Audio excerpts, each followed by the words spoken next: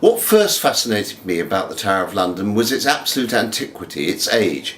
It's the oldest building in Britain that's still in use today.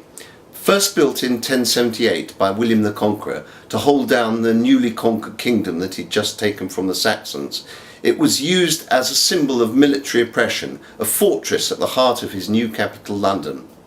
Added to over the years, it swiftly assumed a number of other functions. First of all, it was a royal palace. Then, very quickly, it became a prison for VIP prisoners.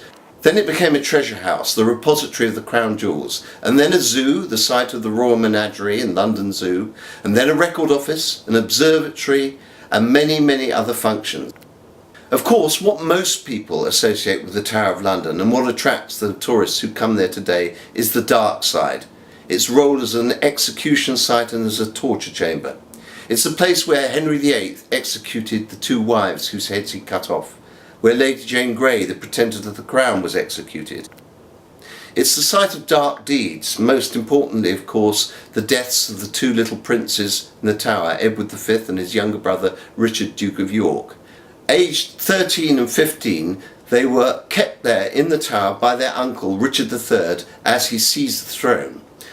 But it's not certain, I believe it's the case, but it's not certain that it was Richard, the wicked uncle, who ordered their deaths. But it is true that they died there and that their bodies were recovered 200 years later, exactly in the place that had been foretold by the man who first accused Richard of the crime, Sir Thomas More. And ironically, of course, Sir Thomas More was also, in his day, imprisoned and executed at the Tower.